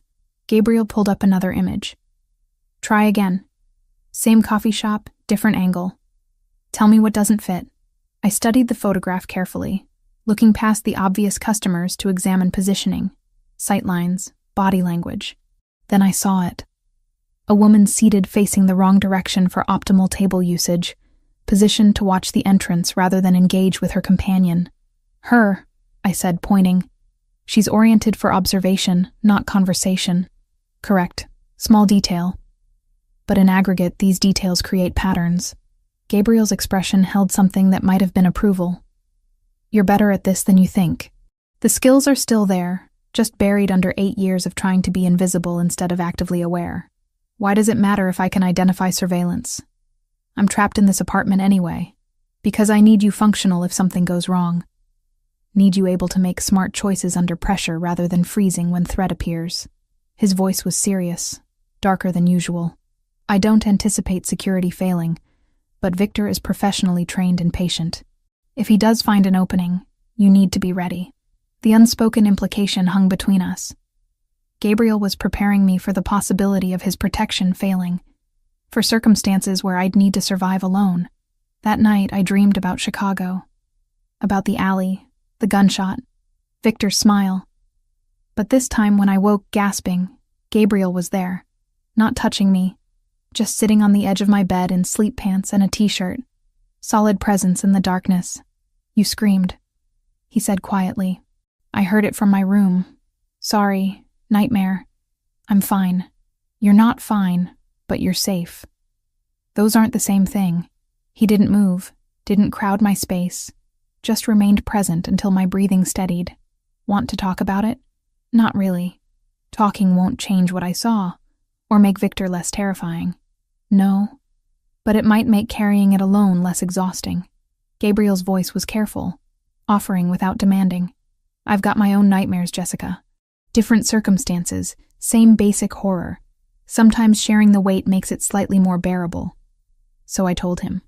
About 19-year-old me taking out trash, about the gunshot that echoed off brick walls, about Victor's eyes meeting mine with recognition that promised this wasn't over, about testifying while he watched with patient certainty that he'd find me eventually, about 8 years of waiting for that promise to materialize. Gabriel listened without interrupting, and when I finally ran out of words, he spoke with quiet intensity that carried absolute conviction. He won't get to you. That's not empty reassurance. I've been preparing defenses since before I contacted you, building security layers Victor can't easily penetrate. You're not alone in this anymore. I'm starting to believe that, which terrifies me almost as much as Victor does. Trusting people is terrifying, but so is dying alone because you wouldn't accept help. Gabriel stood, moved toward the door. Try to sleep. I'll be down the hall if you need anything. Gabriel, I said before he could leave. Thank you. For coming when I screamed. For listening. For giving a damn whether I'm okay beyond baseline survival. Nobody's done that since I was 19. Then everyone else was failing you. His silhouette paused in the doorway. Get some rest. Tomorrow I'm teaching you emergency protocols, and you'll need to be sharp. He left me alone in the darkness, and for the first time in 3 weeks, the isolation felt less like imprisonment and more like shelter. Gabriel was dangerous, morally complicated, connected to violence I'd spent years avoiding. But he was also genuinely trying to keep me alive, and that mattered more than all the reasons I should maintain careful distance. I wondered when protection had started feeling like partnership, when survival had started feeling like something worth pursuing beyond just avoiding death. The ring on my finger caught moonlight, simple gold band that represented far more complexity than I'd anticipated when I'd agreed to this arrangement. 3 weeks married to Gabriel Fioraldi, and I was starting to forget what isolation felt like. Starting to imagine futures that extended beyond immediate danger. Starting to trust someone in ways that made survival feel less lonely and infinitely more complicated. The video arrived on a Thursday morning while Gabriel was in his office handling business calls. I was working on a branding project in the living room when my encrypted phone buzzed with a notification from an unknown sender. The message contained a single video file. No text, no explanation. I should have waited for Gabriel. Should have called Vincent. Should have done literally anything except click play on a file from an unidentified source. But curiosity and the particular brand of stupid bravery that got me into this situation 8 years ago won out over caution. The video was grainy, shot from a distance with a telephoto lens. It showed the front entrance of Gabriel's building, timestamp from 2 days ago, and there we were. Gabriel's hand at the small of my back, guiding me toward the car where Vincent waited. The footage was steady, professional, the work of someone with surveillance training. It played for 15 seconds before cutting to black text on white background. I know where you sleep, little witness. Protection means nothing when I'm patient. My hands shook, holding the phone. Victor wasn't just in Miami. He'd been outside the building, watching, recording, close enough to capture clear images through expensive camera equipment. All of Gabriel's security. All the protocols and armed guards and bulletproof windows. And Victor had still gotten within shooting distance. I walked to Gabriel's office on legs that felt disconnected from my body. Knocked once. Didn't wait for invitation before entering. He was on the phone speaking Italian, but took one look at my face and immediately switched to English. I'll call you back. He disconnected, rising from his desk. What happened? I handed him the phone without speaking. Watched his expression shift from concern to cold fury as he watched the video, his jaw tightening with each second. When did you receive this? 2 minutes ago. Unknown number, untraceable probably. My voice sounded distant even to my own ears. He was right there, Gabriel. 20 feet from your building entrance. How did security miss him? Because he's professionally trained in remaining invisible, and we were focused on different threat vectors. Gabriel replayed the video, studying the angle and quality. This was shot from the parking garage across the street, 4th or 5th level based on elevation. Somewhere security cameras have blind spots, so he found a weakness in your defenses. He found one angle in hundreds. Doesn't mean he can exploit it for actual attack. But Gabriel's tone carried less certainty than his words. He forwarded the video to someone, typed rapid instructions I couldn't see. Vincent will review all footage from the past week, identify any other surveillance we missed. We're increasing protocols again, limiting your visibility further. I'm already barely leaving the apartment. How much more limited can we get? You don't leave at all until we locate Victor or confirm he's moved on. Gabriel set the phone down, moved around the desk to where I stood. I know that's not what you want to hear, but his message is clear. He's escalating, moving from distant threats to active surveillance. That means he's preparing for endgame. The clinical way he described my potential murder made me want to laugh or scream or both. So I'm trapped here indefinitely while he circles closer. You're protected here while we locate and neutralize the threat. Different framing, same reality. Gabriel's hand lifted like he wanted to touch my shoulder, then dropped. I won't let him get to you, Jessica. But I need you to cooperate with security even when it feels suffocating. Cooperate how? I already do everything Vincent tells me. I don't leave without escort. I barely exist outside these walls. Frustration I'd been suppressing for weeks bubbled over. I'm tired of being passive. tired of waiting for Victor to decide when and how he kills me. There has to be something I can do besides hide and hope your protection holds. You survived 8 years by being smart and cautious. Don't abandon that strategy now because frustration is making you reckless. I'm not talking about being reckless. I'm talking about being active instead of reactive. I grabbed my phone back, pulled up the video again. I know Victor. I watched him kill someone, sat through weeks of his trial, memorized his mannerisms and patterns because studying him was the only way to process what I'd witnessed. I know things about him that your security team doesn't. Gabriel studied me with that calculating expression I'd learned meant he was reassessing variables. What kind of things? Behavioral patterns. The way he prepares for operations, how he scouts locations, what tells he has when he's lying or stressed. I'd spent 8 years trying to forget those details, but they were carved into memory with the permanence of trauma. At his trial, investigators presented evidence I helped identify.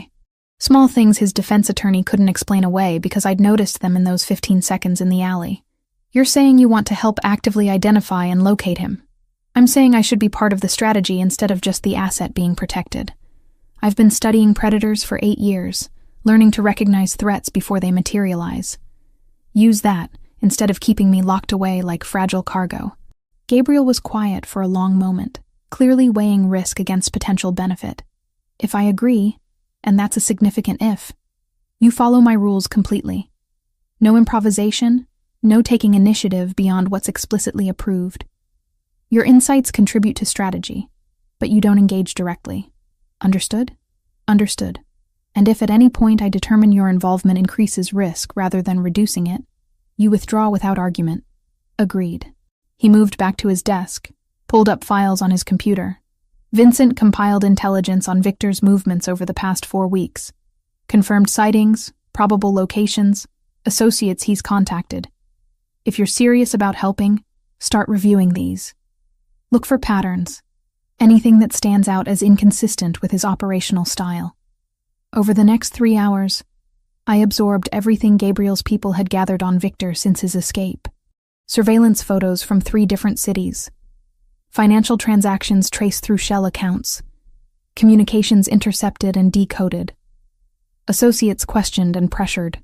The sheer volume of resources dedicated to hunting one man was staggering, and still Victor had managed to kill 2 witnesses and reach Miami without being caught. But patterns emerged if you knew what to look for. Victor always scouted locations a minimum of 3 days before acting. He preferred working during shift changes when security attention was divided. He used local contractors for equipment and vehicles rather than maintaining his own assets that could be traced. And he had a specific tell, a way he tilted his head slightly to the right when evaluating risk, visible in several of the surveillance photos.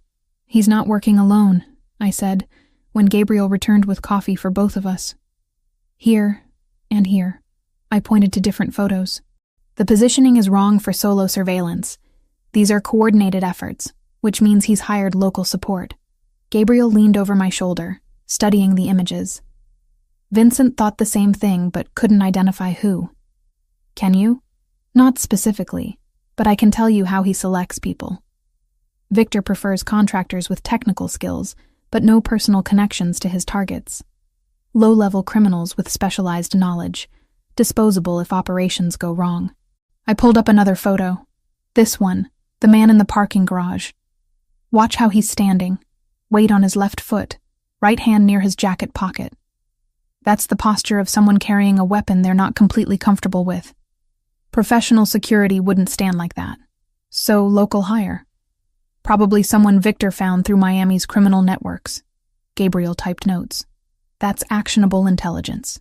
Vincent can pressure our own contacts, identify who's been approached for surveillance work recently. We worked through the evening, Gabriel making calls to people whose names he never mentioned, while I continued analyzing patterns in Victor's methodology. It felt good to be useful, to contribute something beyond passive compliance with security protocols. Felt like reclaiming agency I'd surrendered years ago when I'd entered protection. Around 9, Gabriel ordered dinner from a restaurant whose food arrived in containers too fancy for takeout. We ate at the dining table while continuing to review intelligence, the work creating an ease between us I hadn't felt before. This was partnership, collaboration towards shared goals, and the shift from protective arrangement to actual teamwork changed something fundamental in how I perceived Gabriel. "You're good at this," he observed, gesturing toward my notes. "Analysis, pattern recognition, threat assessment. You should have worked in intelligence instead of hiding behind a bar. Witness protection doesn't facilitate career counseling. They just tell you to stay invisible and hope nobody finds you." Apparently, whoever designed your protection strategy was an incompetent bureaucrat. You have skills that should have been utilized instead of suppressed. Gabriel refilled his wine glass, offered the bottle to me. "If we resolve this situation successfully, if Victor is captured or eliminated, you should consider actually using your capabilities." "Doing what? Consulting for organized crime families about security threats? If that interests you, sure. Or intelligence work, private security, risk assessment for legitimate corporations. You've spent 8 years developing survival instincts most people never acquire. That's marketable expertise." He paused. "Though architecture is still an option if that's what you actually want." The casual way he discussed my future, like survival past Victor was an achievable certainty rather than desperate hope, made something in my chest tighten unexpectedly. Gabriel spoke about afterwards like it was coming instead of if it was coming, and I'd started believing him despite all the reasons I should maintain skepticism. "Why do you care?" I asked. "About my future, my career, what happens after this arrangement ends? Most people in your position would be content with compliance and not worry about my long-term well-being. Because you're not most people. You're someone who made impossible choices at 19 and has spent 8 years paying the cost." Gabriel's expression was serious, almost tender. "And because somewhere in the past 4 weeks, you stopped being just a strategic asset and became someone I genuinely want to see survive and thrive." The admission hung between us, weighted with implications neither of us had been ready to examine before now. "I don't know what to do with that information," I said quietly. "Nothing required immediately. Just accept that your well-being matters to me beyond contractual obligation." He stood, began clearing plates with domestic ease that seemed incongruous with everything else about him. "Come on, I want to show you something." He led me to his office, pulled up different files on his computer. These weren't intelligence reports or surveillance photos. They were architectural plans, detailed blueprints for a building I didn't recognize. What am I looking at? A property I acquired 6 months ago. Current structure is outdated, needs complete renovation. I've been working with architects on redesign, but nothing they've proposed captures what the space could become. Gabriel pulled up another view, 3-dimensional rendering that showed potential but lacked vision.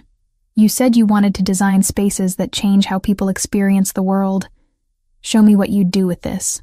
I stared at the screen, then at Gabriel, trying to understand what he was offering. "You're serious?" "Completely. This is legitimate development. Nothing connected to questionable business interests. If you're interested, I want your input. Not as obligation, but as genuine collaboration." He clicked through more images. "Take your time reviewing the plans. If something interests you, we'll discuss it." "Gabriel, I haven't designed anything real since I was 19. I wouldn't even know where to start." "You start by remembering what excited you about architecture before everything went to hell. Then you apply that to actual opportunity instead of theoretical fantasy." His voice carried conviction that made the offer feel less intimidating. "Consider it. No pressure, no timeline. Just possibility." I looked at the blueprints, at the space waiting to be transformed, at the future Gabriel was casually offering like it was reasonable to plan beyond immediate survival. The gesture shouldn't have affected me as much as it did. This was still a strategic arrangement, still a marriage built on protection rather than affection. Except somewhere over 4 weeks, the lines had blurred. Gabriel wasn't just my protection anymore. He was becoming someone I trusted, someone whose approval I found myself seeking, someone whose presence made the isolation bearable. Dangerous territory for someone who'd survived 8 years by not forming attachments.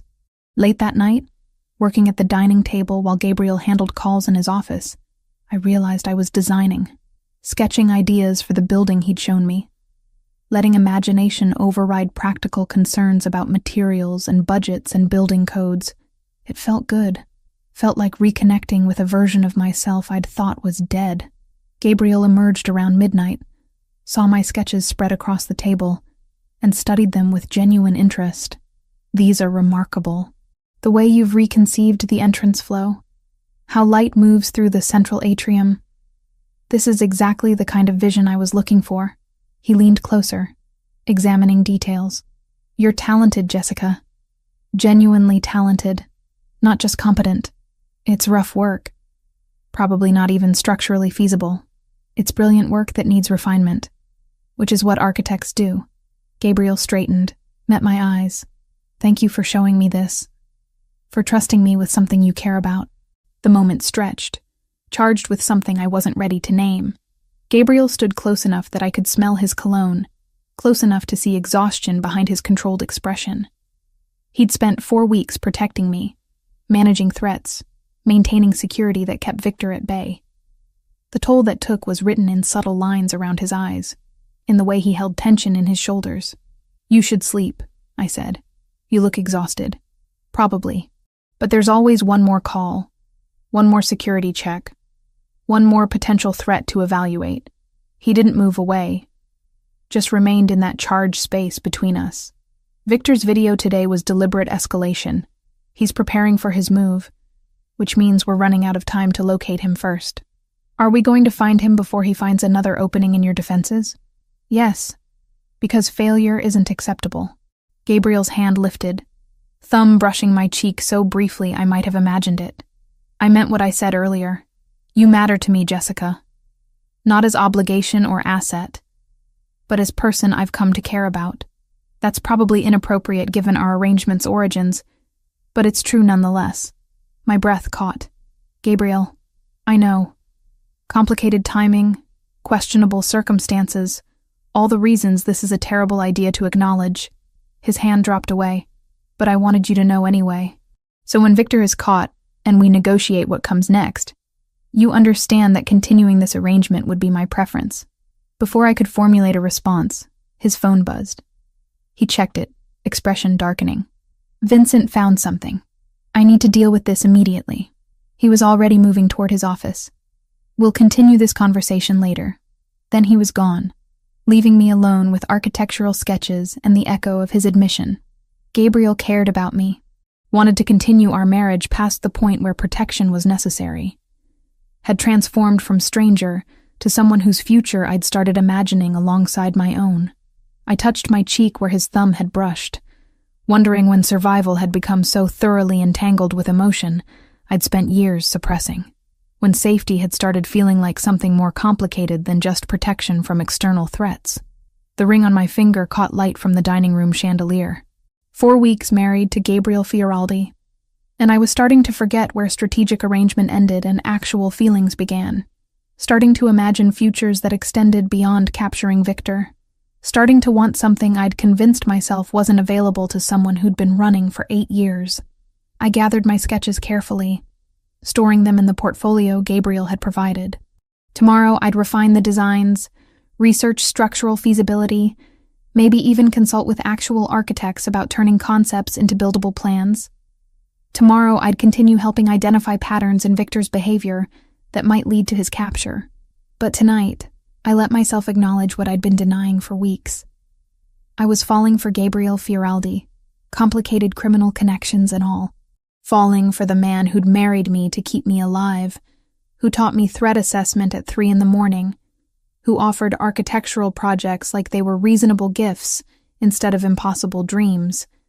And when Victor was finally caught, when the immediate danger passed, I was going to have to decide whether that was something worth pursuing or just trauma bonding disguised as authentic connection.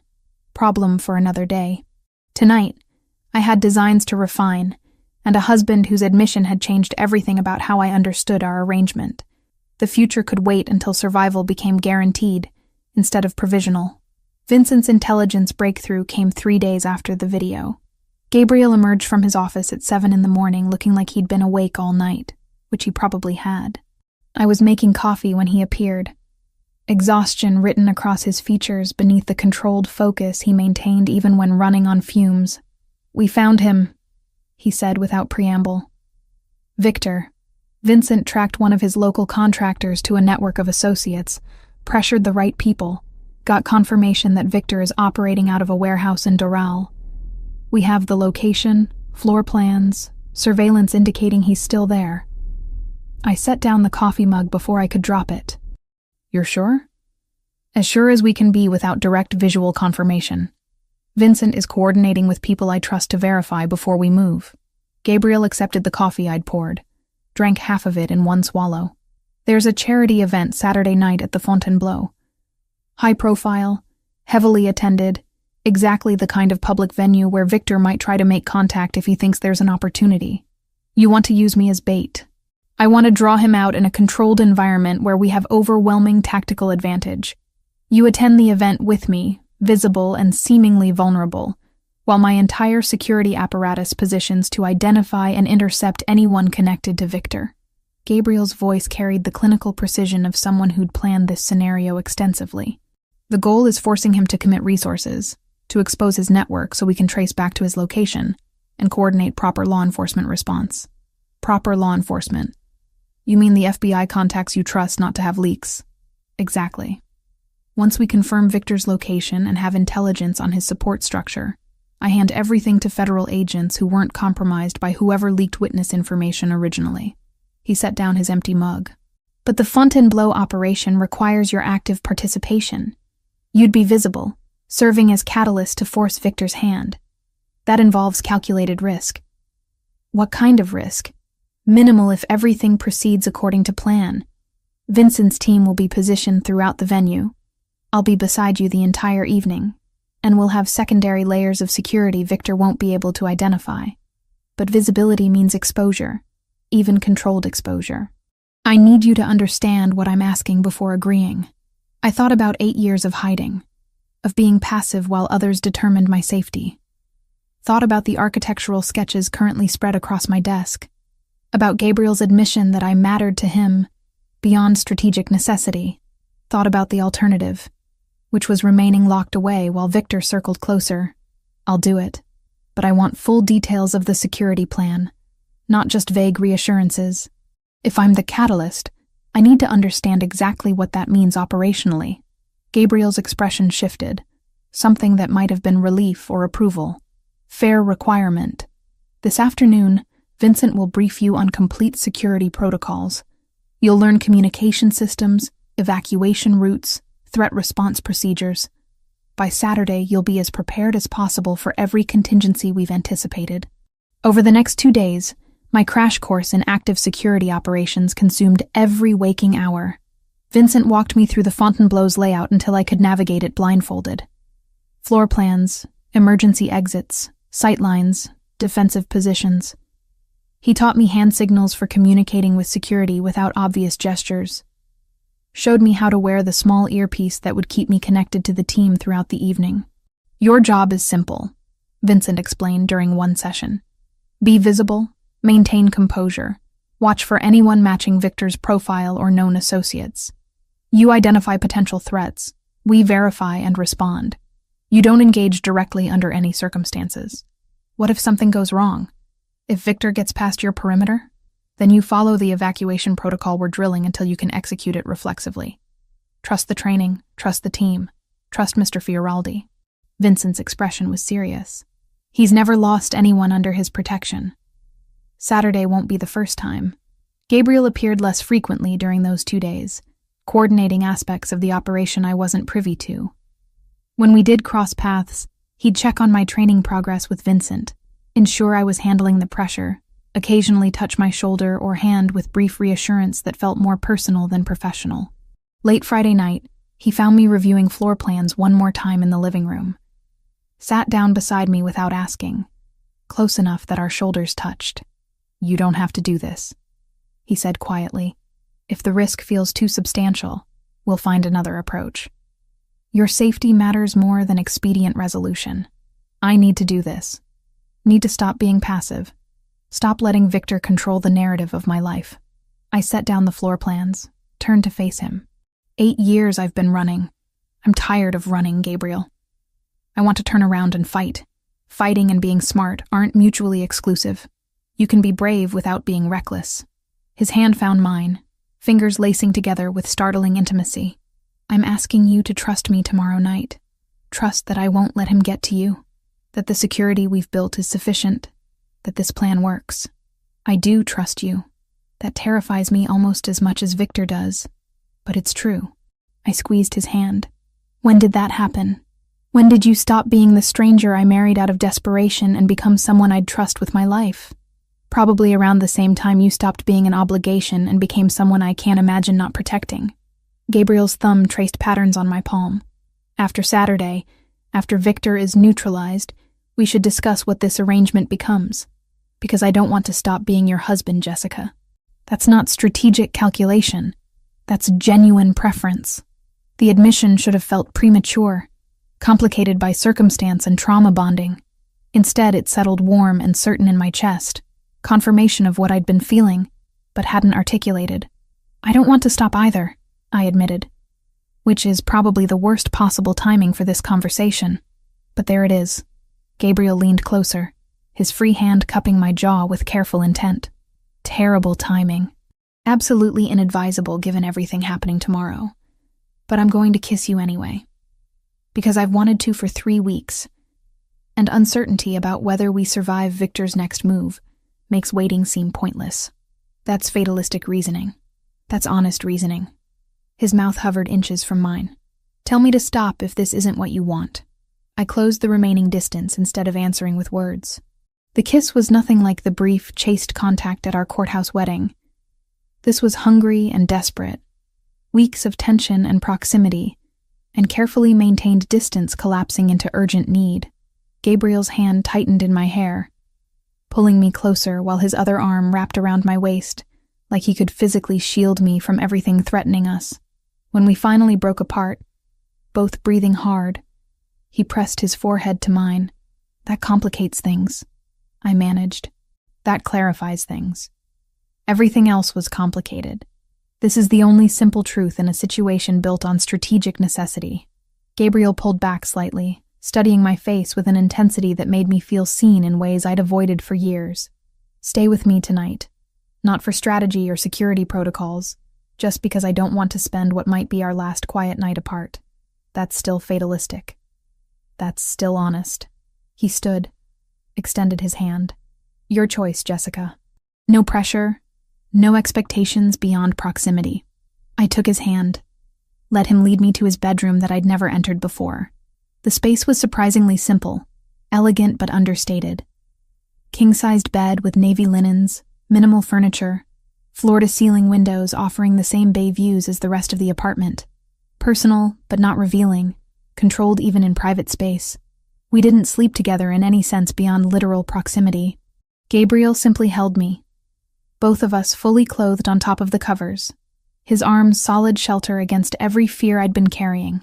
We talked about meaningless things, carefully avoiding discussion of tomorrow's operation or Victor's threat.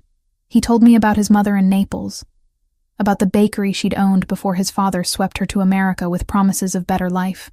I told him about architecture professors I'd loved, about the buildings I'd studied before Chicago shattered everything.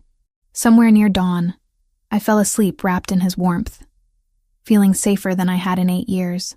When I woke, he was already dressed in a suit, watching me with an expression I couldn't quite interpret.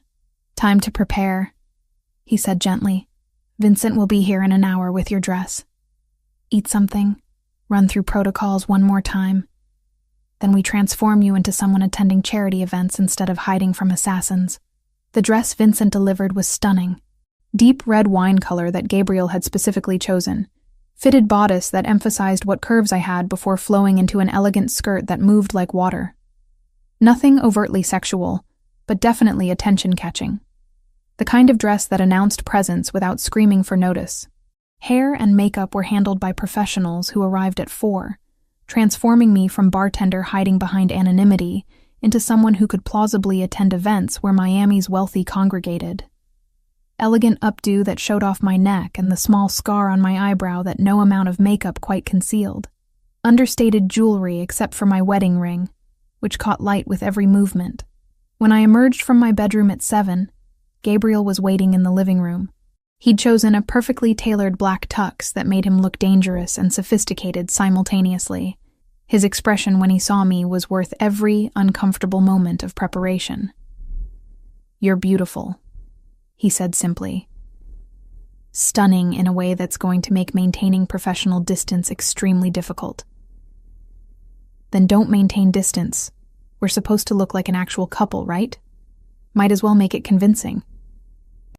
I crossed to where he stood, straightened his already perfect bow tie just to have an excuse to touch him. "How are you feeling about tonight? Confident in the security? Concerned about variables I can't control?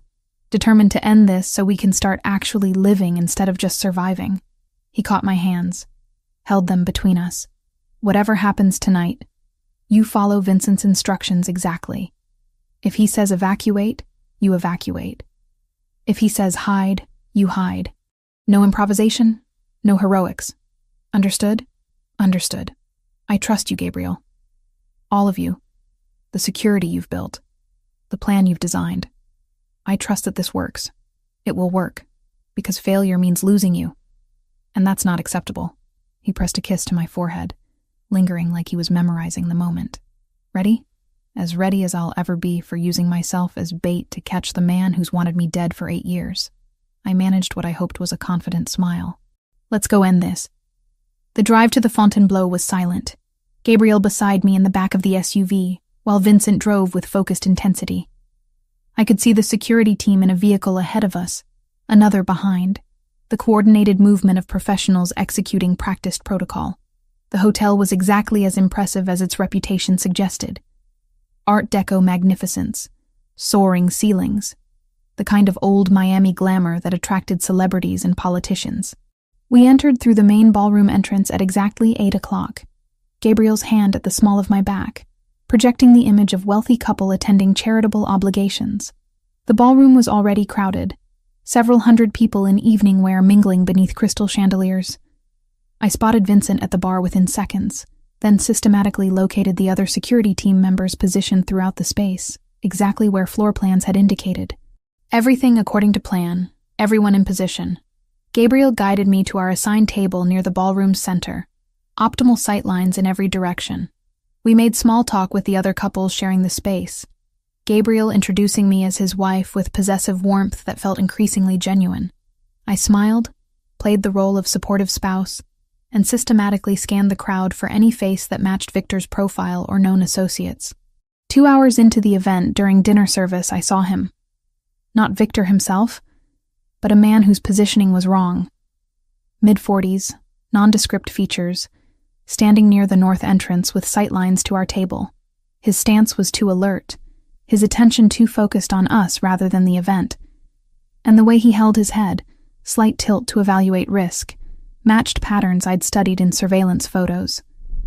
I adjusted my bracelet twice, the signal Vincent had taught me.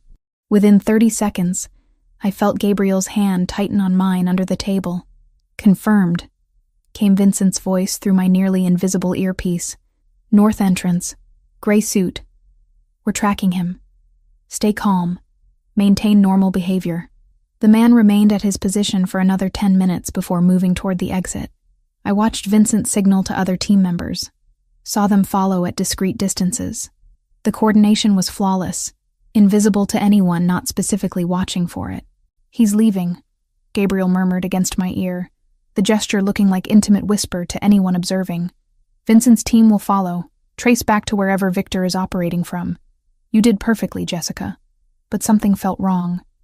The man had been too obvious, too easy to spot for someone working with Victor's level of professional caution. Like he'd wanted to be noticed, wanted to draw attention and resources away from something else. "Gabriel," I said quietly, urgency making my voice sharp. That was too easy. Victor wouldn't send someone that obvious unless it was deliberate misdirection. His expression shifted immediately, understanding dawning. He touched his earpiece, spoke rapidly in Italian, then stood with smooth urgency that didn't quite hide alarm. "We're leaving. Now. Vincent thinks you're right. That was a decoy to pull security focus." Gabriel's hand on my elbow was firm, guiding me toward the nearest exit with practiced efficiency. "Stay close. Follow my lead exactly." We moved through the crowd with purpose that probably looked like early departure to casual observers. Vincent materialized beside us, 2 other team members flanking our movement. The coordination was seamless, professional, exactly the security Gabriel had promised. We'd almost reached the exit when I saw the second man, standing near the valet station, watching our approach with patient certainty. Older than the decoy, weathered features that matched descriptions I'd memorized 8 years ago, a thin scar on his neck, barely visible above his collar. Viktor Volkov in person, 20 feet away in closing distance with the confident stride of someone who'd planned this moment thoroughly. Gabriel, I breathed, terror and strange triumph warring in my chest. That's him. That's Viktor. Everything happened simultaneously in fragmented seconds that felt like hours. Vincent's hand on my arm pulling me back toward the ballroom interior. Gabriel positioning himself between Viktor and me with the instinctive protection that had defined our entire arrangement. Security team members converging from multiple directions. Coordinated movement that was beautiful in its lethal precision. Viktor saw them coming. Of course he did. 8 years planning this moment meant he'd anticipated security response, planned for complications, prepared contingencies for scenarios where direct approach failed. His hand moved toward his jacket, and Vincent shoved me sideways hard enough that I stumbled into a decorative column. But no gunshot came. Because this was the Fontainebleau, crawling with private security and off-duty police working event protection. Viktor shooting me would achieve the goal of my death while guaranteeing his immediate capture or death, not the escape he'd planned. Instead, he smiled. The same smile I remembered from the alley 8 years ago. Recognition and patient certainty that this wasn't over. Then he turned and walked calmly toward the exit, like he'd simply changed his mind about valet service. Don't lose him, Gabriel said into his radio, voice carrying absolute authority. Follow at distance. Identify his vehicle and support team, but do not engage publicly. We trace him back to his base of operations and coordinate proper law enforcement response. Vincent signaled to 3 team members who immediately peeled off, following Viktor's retreat with professional discretion. Gabriel turned to me, hands framing my face, checking for injury with urgent intensity. Are you hurt? Did you hit anything when Vincent moved you? I'm fine. Bruised probably, but fine. My heart was racing so fast I felt lightheaded, adrenaline making everything too bright and too sharp. That was him. That was really him, Gabriel. After 8 years, I was 20 feet from Viktor Volkov, and you identified him before he could get close enough to be a genuine threat. Your pattern recognition just saved your life. Gabriel's thumb brushed my cheekbone. We need to leave immediately. Vincent's team will track Viktor, but you need to be somewhere with fortress-level security until we confirm what his next move is. The drive back to the apartment passed in tense silence. Gabriel on the phone speaking rapid Italian to people coordinating Viktor's surveillance. I sat pressed against his side, needing the solid warmth of him to process what had just happened. Viktor had been right there, close enough that I'd seen the scar on his neck, the patient calculation in his eyes. Close enough to kill me if circumstances had been different. But circumstances hadn't been different.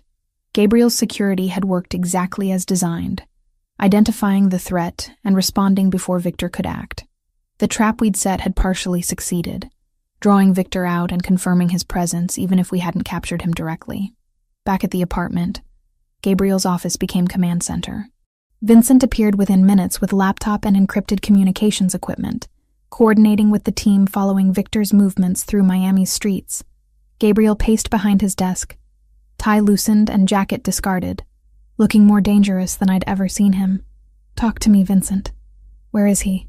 Heading north on I-95, 2 vehicles trailing at safe distance.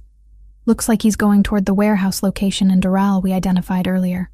Vincent typed rapidly, pulling up maps and real-time tracking data. We've got eyes on his support vehicle, 2 other men besides Viktor. Once he reaches his base, we can coordinate tactical response. FBI or local? FBI. Agent Martinez, the contact you vetted. She's clean? Wasn't part of the original witness protection breach. Vincent glanced at me, then back to Gabriel. She can have a team assembled within the hour, ready to move once we confirm Viktor is stationary. Gabriel was quiet for a long moment, calculating risk and timing. Set it up. Full coordination with Martinez, but our people maintain overwatch until federal agents are on scene. I want confirmation that Victor is contained before standing down security. Over the next 90 minutes, I watched Gabriel orchestrate law enforcement response with the casual competence of someone who'd done this before, coordinating between his security team and FBI resources, ensuring everyone understood objectives and rules of engagement, maintaining control of an operation that was technically outside his authority, but practically dependent on his intelligence and assets. Agent Martinez arrived at the apartment around midnight, crisp and professional despite the late hour. Mid-40s with sharp eyes and the efficient demeanor of someone who'd spent decades in federal service. She reviewed the intelligence Gabriel's team had compiled, asked pointed questions about surveillance methods and source reliability, then made a series of calls that assembled tactical response faster than I'd thought possible. "Your information is solid," she told Gabriel. "We've had people looking for Volkov since his escape, and you found him in 3 weeks. That's impressive work. I had personal motivation and resources federal bureaucracy doesn't facilitate." Gabriel's expression was carefully neutral. "What's your timeline for moving on the warehouse?" 2 hours. I want full tactical team assembled, helicopter support in position, every exit covered before we announce our presence." Martinez looked at me directly. "Ms. Turner, I'll need your statement after we secure Volkov. Everything you witnessed tonight, anything he said or did that could support charges beyond the original conviction." He didn't say anything, just smiled and walked away when he realized security had him surrounded. I pulled my wrap tighter, suddenly cold despite the apartment's comfortable temperature. "But I can provide detailed identification, confirm it was definitely him at the Fontainebleau. That helps. Visual confirmation from the primary witness will strengthen our case." Martinez closed her laptop with decisive finality. "Mr. Fioraldi, your team should stand down once our tactical unit is in position. We appreciate the intelligence, but FBI will handle the actual arrest." "Understood. My people will withdraw to perimeter observation once you signal tactical is ready." Gabriel's tone was professionally cooperative, but I heard the tension underneath. He was surrendering control of an operation that directly affected my safety, trusting federal agents to finish what his resources had started. After Martinez left, Gabriel returned to his office while Vincent coordinated final details with the team maintaining surveillance on Victor's warehouse location. I sat in the living room feeling disconnected from my body, watching Miami's lights through bulletproof windows and processing that this might actually be ending. 8 years of running, 4 weeks of strategic marriage, and tonight might be the night I stopped having to look over my shoulder.